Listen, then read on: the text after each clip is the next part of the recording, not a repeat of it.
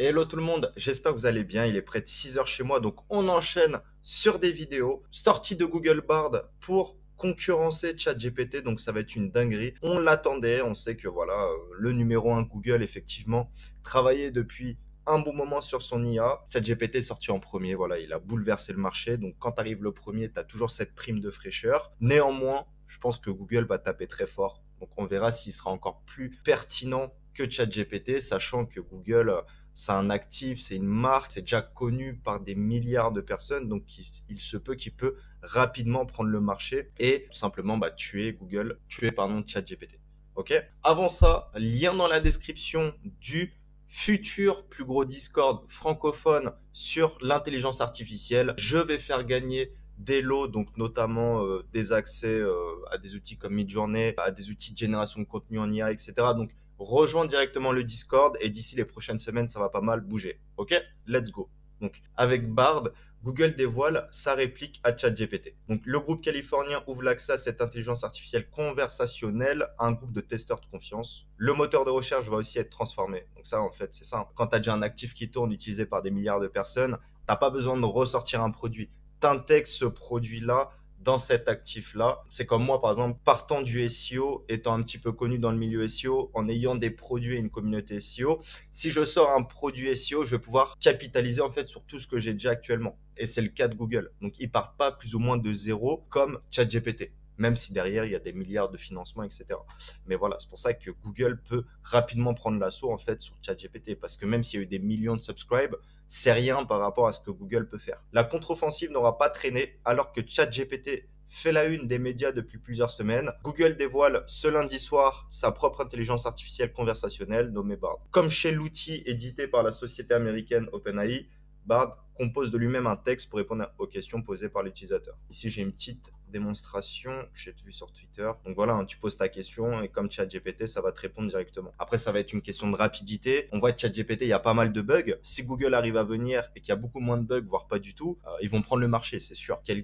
Un utilisateur, même quand c'est gratuit, en a marre des bugs. Il en a marre d'attendre, etc. Parce qu'il y a une certaine prise d'habitude qui fait que voilà, si Google arrive, il propose une qualité similaire de réponse, voire une meilleure qualité, et en plus tout fonctionne bien, c'est nickel. Imaginez Google crash une fois par jour, bon on ira tous directement peut-être sur un autre moteur de recherche comme Bing ou autre. C'est évident, donc ça peut aller super vite. Mais les deux services ont des différences de poids. Contrairement à ChatGPT, Bard est connecté à Internet pour fournir des réponses actualisées et de haute qualité. Ok, ça c'est très très lourd aussi. Souligne dans un billet de blog Sundar. Autre trait distinctif, Bard n'est pas accessible au grand public, du moins dans un premier temps. Nous ouvrons Bard à des testeurs de confiance avant de le rendre plus largement. Ok, donc ça c'est pour justifier que c'est pas disponible maintenant. Ce lancement en 2 temps va permettre de nous assurer que les réponses de Bard atteignent un niveau élevé en termes de qualité, de sécurité et d'ancrage dans les informations du monde réel. Cette phase de test nous permet de continuer à apprendre et à améliorer la qualité et la rapidité de Bard. Ok. Google répond ainsi à l'une des principales critiques à l'encontre de ChatGPT. Le service d'OpenAI peut affirmer des faits erronés avec beaucoup d'aplomb.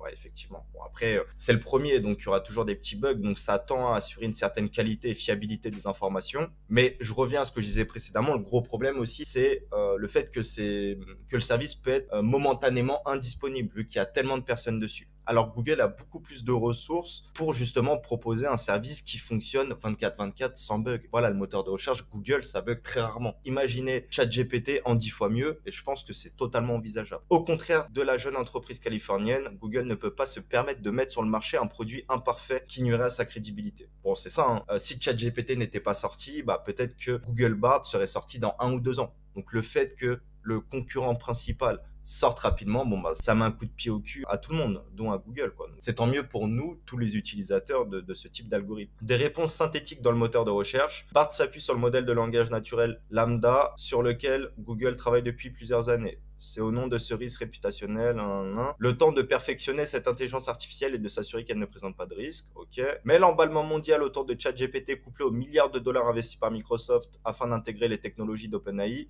à ses propres produits a conduit Google à accélérer ses plans. Effectivement, très intéressant au final, c'est un bon cas d'étude. D'autres innovations liées vont aussi prochainement apparaître sur le moteur de recherche, ok. Les internautes se tournent généralement vers Google pour obtenir des réponses factuelles rapides, comme combien de touches compte un piano, toutefois de plus en plus aspirent à des informations et à une compréhension plus approfondie. Par exemple, entre le piano et la guitare, lequel est le plus facile à apprendre et quel est le temps nécessaire à la pratique de chacun. C'est vrai qu'au final, toutes ces datas, Google les a depuis des années, ça peut être ouf quoi. L'IA peut être utile dans ces moments-là en synthétisant des informations pour des réponses auxquelles il n'y a pas forcément une seule bonne réponse. D'accord. Selon l'exemple fourni par Google, un texte généré par Lambda va apporter une réponse synthétique mais nuancée à l'internaute et le rediriger vers plusieurs sources d'informations sur le sujet. Donc là, il y aura du biz à faire, que ce soit en exploitant le chat conversationnel proposé par Google pour demander en fait à Google de nous créer notre futur contenu. C'est ce qu'on fait déjà avec des PA ou avec du scrapping depuis des années. Bon, bah là, ça peut être fait directement en essayant de demander à Google du contenu qu'on va reposter sur les sites. Donc, ce qu'on fait déjà avec ChatGPT, ce qui peut être ouf. Donc, il y a pas mal de belles choses qui vont arriver. Selon l'exemple fourni par Google, un texte généré par Lambda va apporter une réponse synthétique mais nuancée à l'internaute et le rediriger. Ok, donc ça, on l'a lu. Et oui, c'est ça la deuxième chose que je voulais dire. Et également, si on arrive à craquer l'algorithme, peut-être être recommandé par ce chat-là, comme lorsqu'on est recommandé dans des PA. Donc PA, People Also Ask.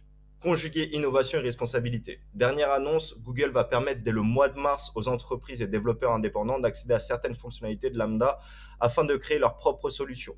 Au fil du temps, nous avons l'intention de créer une suite d'outils et d'API qui permettront de créer facilement des applications plus innovantes avec l'IA. Ce n'est que le début. De nouvelles annonces sont à venir dans les semaines et les mois à venir. Poursuit le dirigeant, qui est la popularité de ChatGPT a incité Google à accélérer. Putain, voilà le contenu.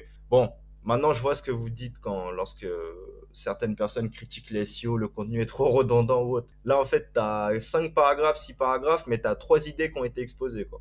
Et à chaque fois répétées. Mais globalement, voilà, petite vidéo pour vous prévenir la communauté que ça va pas mal bouger. Donc 2023, il y a plein de choses à faire, mais il faut rester à l'affût parce que ça va arriver très très vite. Là, ça va être une année, de toute façon, c'est une année qui va tout bouleverser. OpenAI, ChatGPT, Google, tous les outils d'IA, d'images, de texte, etc. Donc rejoins le Discord, ça va être ouf. Comme ça, tu intègres la future communauté numéro 1. On va rapidement intégrer des centaines et des milliers de membres, organiser des concours, proposer des accès gratuits à des outils si on arrive à faire des partenariats. Il y aura pas mal de choses qui vont être proposées au sein du Discord. Rejoins maintenant, n'hésite pas à laisser un petit commentaire pour le référencement. Autrement, force à mes frères et à mes sœurs turcs. C'est très très chaud ce qui se passe en ce moment, donc voilà, force à toi si tu es turc, si tu m'écoutes, ou si tu as des amis qui sont liés à tous les problèmes qui se passent là-bas. Sinon, je te souhaite une bonne journée, à très vite, ciao.